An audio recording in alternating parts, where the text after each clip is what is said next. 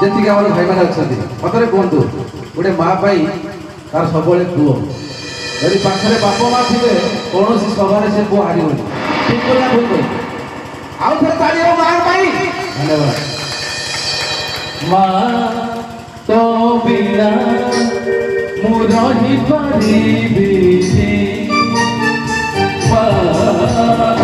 ବିନା ମୁଁ